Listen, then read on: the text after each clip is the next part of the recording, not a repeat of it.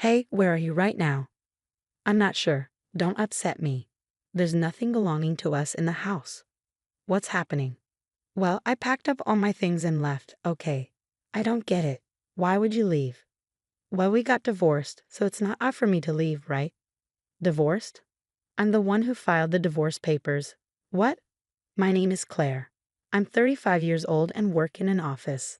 I'm married to Evan, and we've been together for 5 years. Evan used to work at a company, but he quit his job 2 years ago to start his own business. Unfortunately, his business hasn't been doing well, and we've been struggling financially for the past 2 years. Luckily, I have a good income, so we're able to make ends meet. Our relationship as a couple is okay, not great, but not terrible either.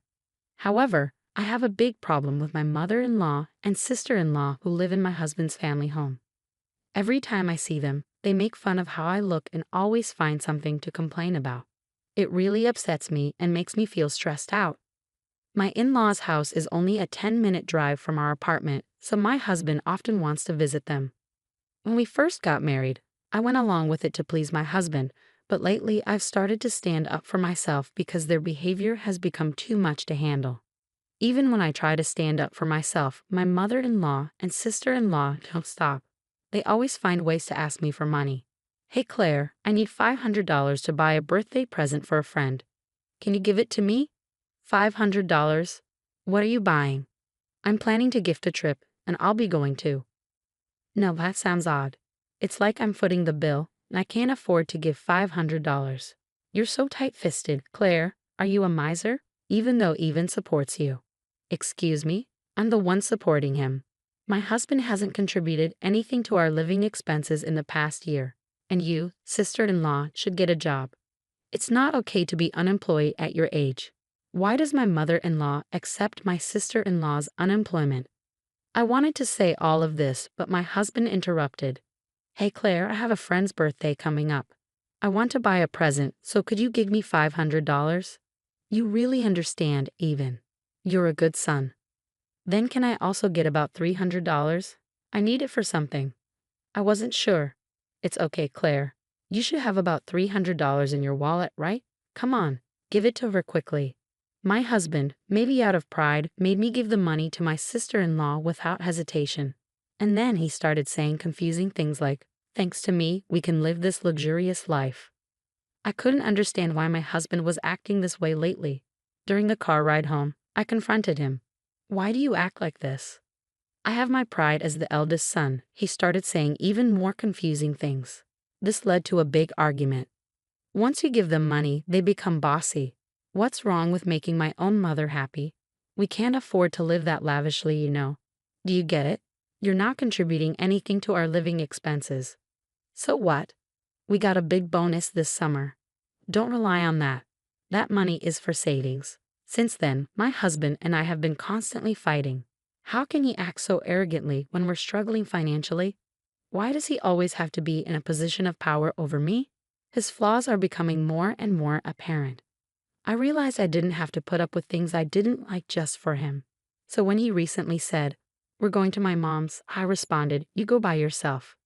My husband tried to argue, saying, "What do you mean? It's normal for the wife to come too." But when I pointed out, "So you're abnormal because you don't come when we go to my parents' house," he got annoyed and said, "Do whatever you want," then went to his parents' house alone. A weekend without my mother-in-law and sister-in-law was such a relief. It felt so comfortable and nice. With some free time to myself, I focused on working towards my dream, and that dream is to buy my own home. I spent time researching online and ordering brochures. My dreams and aspirations were growing, and just thinking about my new house made me excited. As I looked at different furniture options online, I imagined carefully arranging them in my future home.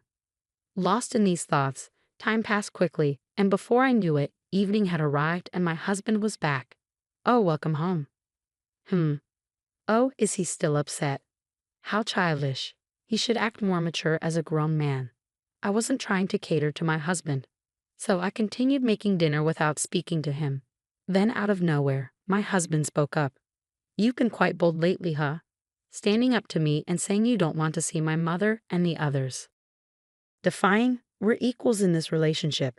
Besides, your mother and the others always criticize me, so I don't want to visit your parents' house anymore. That's what I mean by being bold. Normally, wives are expected to obey their husbands. If you say I can't do that, you're talking about divorce, right? Divorce? Are you surprised that I wouldn't mind being divorced by you? But I'm really upset with you. I've already prepared my part of the paperwork, so it can be submitted anytime. I'll let it go this time, but if you defy me again, it'll be an instant divorce. Think about that. With that, my husband smirked and ordered, I'm going to take a bath. Hurry up and make dinner. Once I confirmed he was in the bath, I couldn't help but feel relieved. Yes, now I can end things with that man whenever I want. I cooked dinner happily. From then on, I worked hard to save money. I was almost ready to make the down payment. It was difficult to contain my excitement and keep from smiling. But in front of my husband, I acted calm. Finally, I bought a house in my own name. All that's left is to get a divorce after the house is ready and leave the home I share with my husband. I started packing my belongings little by little without my husband noticing and sent them to my parents' house temporarily. I had told my parents everything, and they understood my situation. Finally, the house was finished. When my husband went to his parents' house as usual on the weekend, I moved all my things to my new home. The new house is very comfortable, and both the inside and outside are just as I imagined. As I enjoyed the pleasant scent of a new home all day, my husband called me that night. Hey, where are you? Well, where do you think I am? Don't play games with me. There's nothing left in the house. What's happening? Well, I packed up all my stuff and left. What? I don't understand. Why would you do that? Well, since we're divorced now, it's not unusual for me to move out, is it? Huh? Divorced? I already filed the divorce papers. What? We're not together anymore. Don't try to fool me. I won't accept that. But you were the one who said we could get divorced whenever. As a businessman, you should stand by your words. Anyway, this is the end for us. With that, I hung up the phone. Finally, I was free from my husband. That night, I slept peacefully. Living in my new home was so comfortable, and every morning, I woke up feeling refreshed. Today, I decided to invite my parents over to my new home for the first time. As I was cooking alone in the kitchen, my parents arrived with a bottle of celebratory sake. They were both surprised and impressed by my new home, and then the three of us raised our glasses for a toast. Even though it was a bit early, we started celebrating. Suddenly, the doorbell rang. Huh? Who could it be at this hour? When I checked the intercom, I saw my ex-husband, ex-mother-in-law, and ex-sister-in-law standing there. Why are you here? From now on, my parents and I will be living here. My father is in the hospital right now, but when he's discharged, he'll also be living here. Please leave immediately. No way, that's absurd. Why should I do that? Please leave my property right now. Then my ex-mother-in-law stepped forward. You cheeky girl, listen. What's yours is mine. If you understand, open the door. What are you talking about? I'm single now. Huh? Didn't your son tell you? We've already filed for divorce. We're strangers now. Upon hearing this, my ex-mother-in-law and ex-sister-in-law looked at my ex-husband. He seemed to be explaining something to them, although I couldn't see clearly on the intercom screen. He was probably saying something like, I don't accept this. I told them anyway, you can't enter this house. Please leave, and hung up the intercom. As my ex-husband continued shouting at the front door, demanding to talk, I was at a loss for what to do to make him leave. Then, to my surprise, a police car pulled up in front of my house, and they took my ex-husband into custody. From inside, I could hear my ex-husband protesting and struggling as the police pinned him to the ground. It hurts. Why is this happening to me?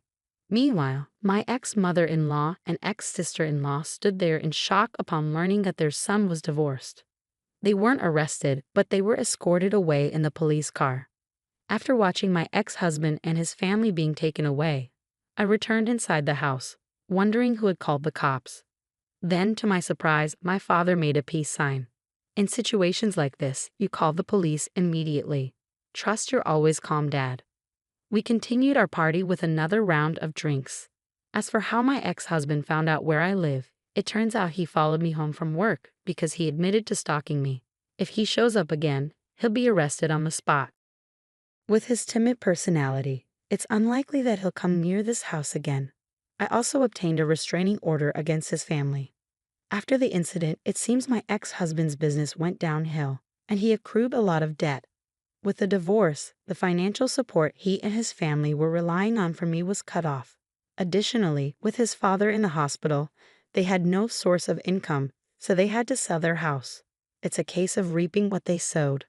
On the other hand, I invited my parents to live with me in my new home. They're very happy, calling me incredibly filial, and they're enjoying life in our new home. I want to continue cherishing my parents and live happily as a close-knit family. With his timid personality, it's unlikely that he'll come near this house again. I also obtained a restraining order against his family. After the incident, it seems my ex-husband's business went downhill, and he accrued a lot of debt. With the divorce, the financial support he and his family were relying on from me was cut off. Additionally, with his father in the hospital, they had no source of income, so they had to sell their house. It's a case of reaping what they sowed. On the other hand, I invited my parents to live with me in my new home. They're very happy, calling me incredibly filial, and they're enjoying life in our new home. I want to continue cherishing my parents and live happily as a close-knit family.